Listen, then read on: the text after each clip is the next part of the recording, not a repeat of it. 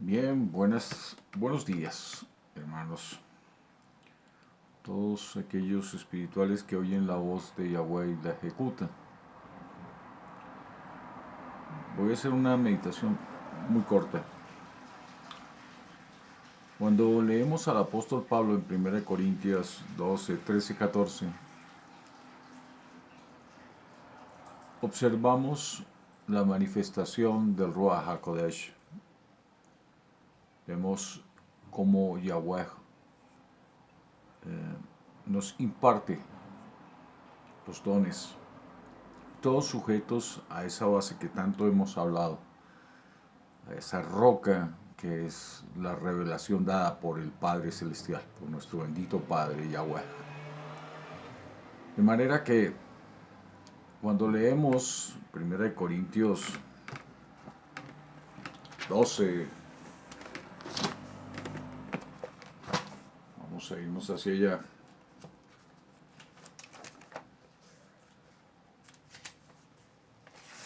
vemos la importancia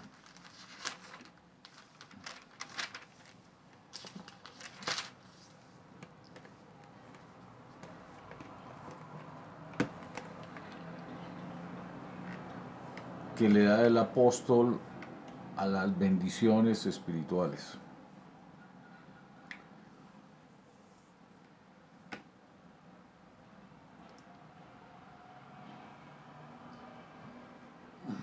Pablo comenta aquí una de sus extraordinarias visiones. Ciertamente no me conviene gloriarme, pero vendré a las visiones, a las revelaciones de Yahweh. Conozco a un hombre en el Mashiach, en Cristo, que hace 14 años, en el cuerpo no lo sé, si fuera del cuerpo no lo sé, la experiencia era tan extraordinaria que no lograba determinar porque la visión fue tan real que no sabía cómo expresar si fue o dentro del cuerpo o fuera del cuerpo.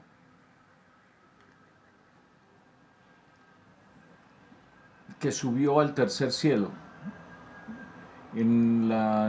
Para los tiempos de Pablo se consideraba el tercer cielo el reino celestial. Entonces estamos hablando que el primer cielo, la tropopausa y lo que era el espacio intergaláctico e interestelar, estelar, estos dos espacios eran un segundo cielo. Hoy entendemos que son eh, realmente 4 cielos. Pero Pablo lo entendía como el tercer cielo en su conocimiento de aquella época. Y hago un paréntesis, de hecho hacen muchas referencias de los comentarios que hacía Pablo de acuerdo a su conocimiento, que era un letrado, una persona muy culta, conocedora no solamente de la Torá, sino del pensamiento griego. Y en su sabiduría expresaban palabras conforme a los griegos. Y pues era en ese momento el conocimiento que existía. Yo si hoy hablo estas cosas no significa que por tener este conocimiento me esté alejando de la doctrina o de la enseñanza por no citar igual el tercer cielo. Bueno, estoy aclarándoles por qué Pablo pensaba de esa manera. En la medida en que nosotros crecemos en conocimiento, pues cada día tenemos las ideas más claras al respecto. Y tampoco Pablo se equivocó al utilizar todo ese conocimiento para expresar en un momento dado y llegar eh, puntualmente a tan ávidos conocedores como eran los griegos en aquella época. La tarea de Pablo para hablar a los desnudos, es decir, a los gentiles, como Adán que era desnudo, se halló desnudo,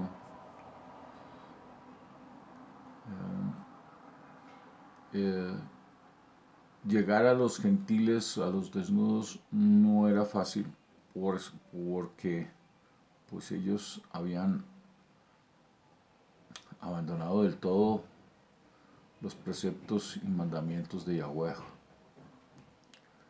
Se conducían por normas de la sociedad y ya, basta. Sin embargo, dominó en ese conocimiento y llegó a ellos, llegó a muchos de ellos, a muchos de los desnudos, de los gentiles. Eh, digamos que algunas traducciones bíblicas le llaman gentiles, pero realmente la escritura está hablando de los desnudos. Y se les llamaban desnudos porque los griegos andaban desnudos. Fue la época donde los grandes atletas, donde digamos que el culto al cuerpo fue la preponderancia de aquella época.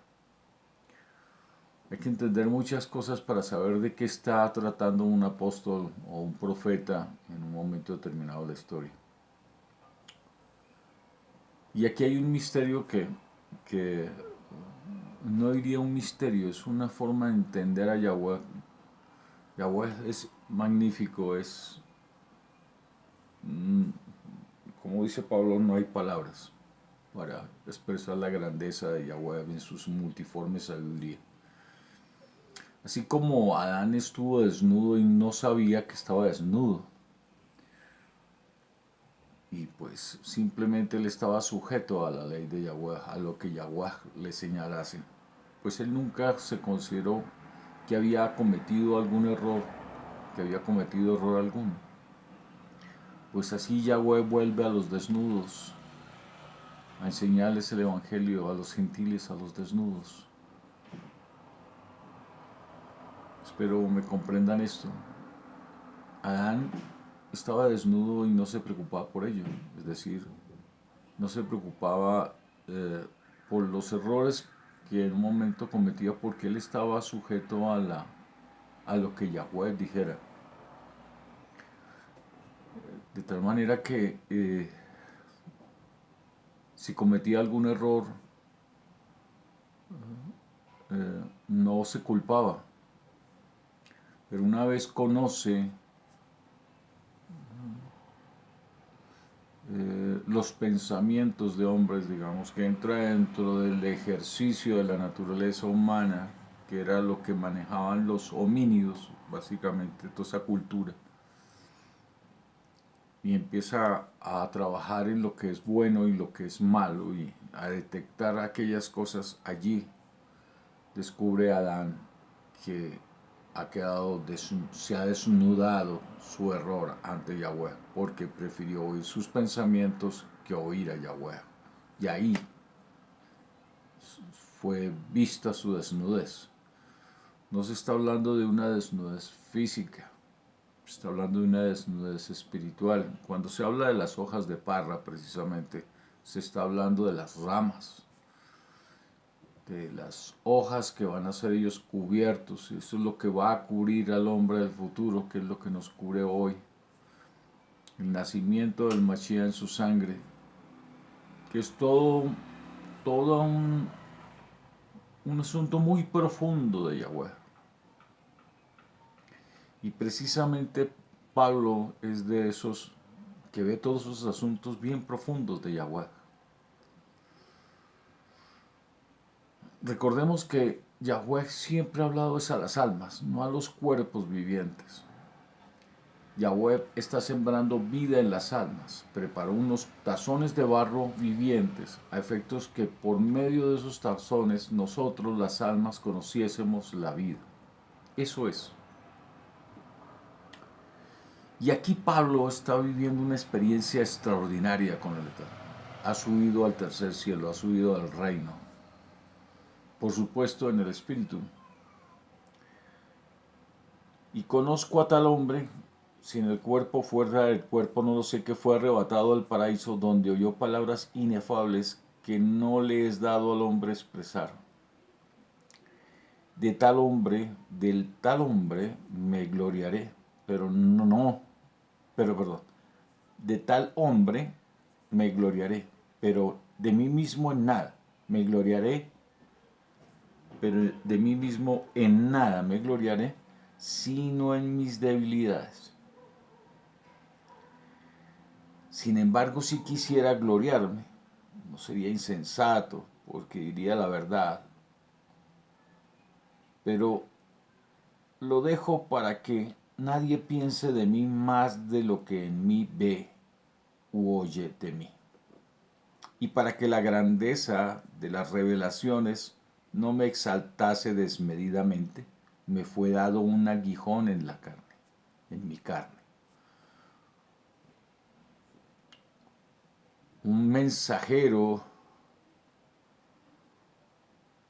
del acusador que me abofetee para que no me enaltezca sobremanera. ¿Qué es esto? De tiempo en tiempo vendría a acusarlo a alguien, a decirle, ¿acaso tú no perseguías a estos a los que tú ahora te ciñes, sigues y proteges? De tiempo en tiempo vendría esa acusación. De tiempo en tiempo vendría ese mensajero a acusar a Pablo. Ese es el aguijón. No era un dolor de muela, no era un dolor de hígado ni de riñones, ni de una pierna, ni de una coyuntura, como en el caso de Jacob. Estamos hablando de un asunto donde vendría siempre alguien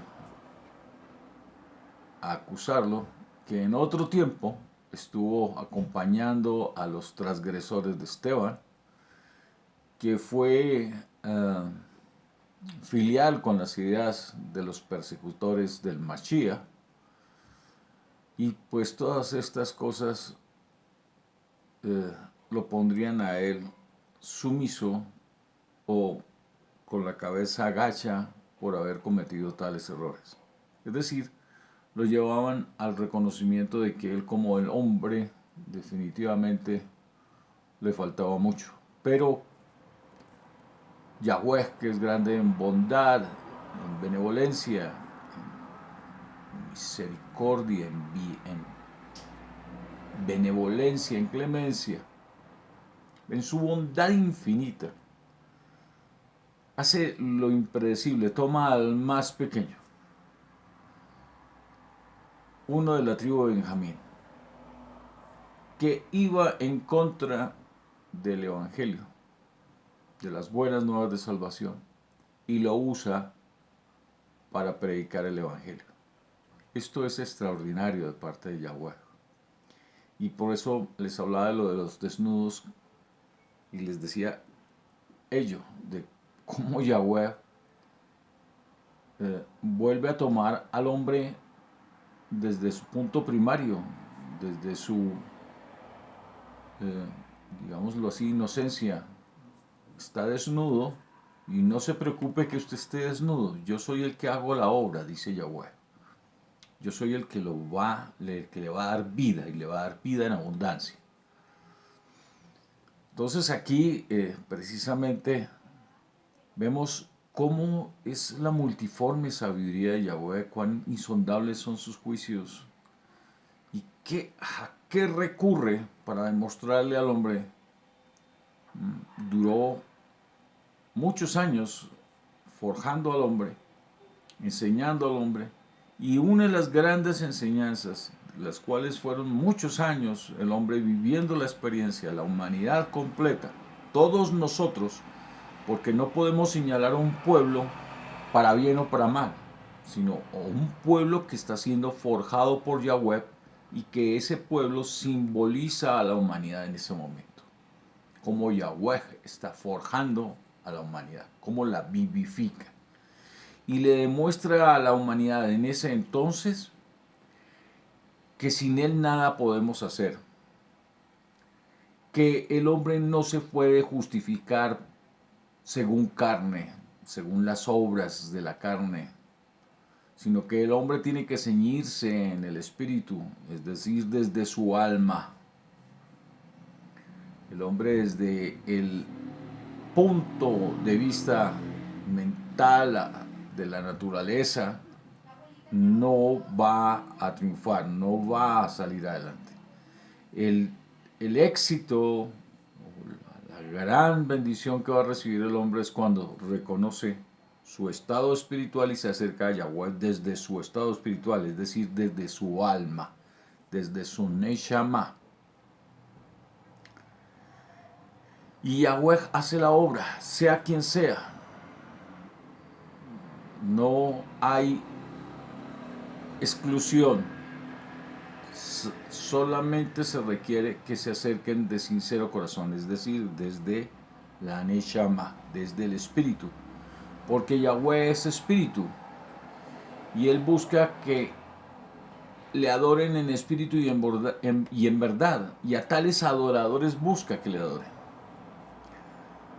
Entonces, esa es la operación. Bajo la ley de la carne, esa ley que siempre fue vista así, porque cuando se ve la ley desde el espíritu, entiende uno la importancia de la ley, porque la ley finalmente es vida. Cualquier acción que ustedes quieran desarrollar tiene una cantidad de normas para que dé el resultado que se quiere. Por supuesto, si no hay las normas, pues no hay esa acción y pues se está perdiendo algo importante de la vida. Eso es. Entonces, la ley ha sido vista como la sombra oscura y resulta que la ley es de gran bendición. Pero cuando es vista según carne, sí que es de pesada la ley. Porque la carne, los frutos de la carne son lascivia, codicia, todo lo que es contra la ley del espíritu. Pero el que es espiritual toma la ley y se la goza, la disfruta, porque esa ley es dada por Yahweh, es una ley espiritual. Entonces, vemos aquí que Pablo se goza en las revelaciones de Yahweh porque esa es la vida espiritual, ser guiados, enseñados por Yahweh, vivir esa experiencia. Cuando un alma vive una experiencia con Yahweh, no tiene necesidad de que alguien venga a enseñarle algo más o menos. No tiene necesidad, porque ya está teniendo esa experiencia con Yahweh. Cuando nosotros vemos estas experiencias como las de Job, como las de David, como todos estos profetas, vemos continuamente la manifestación de Yahweh en las vidas de ellos.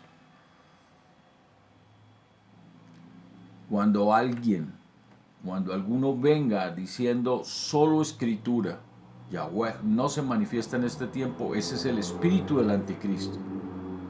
Eso es teología. Ese es el pensamiento precisamente humano, es filosofía que ciñe al hombre de acuerdo a la normativa del hombre. Es decir,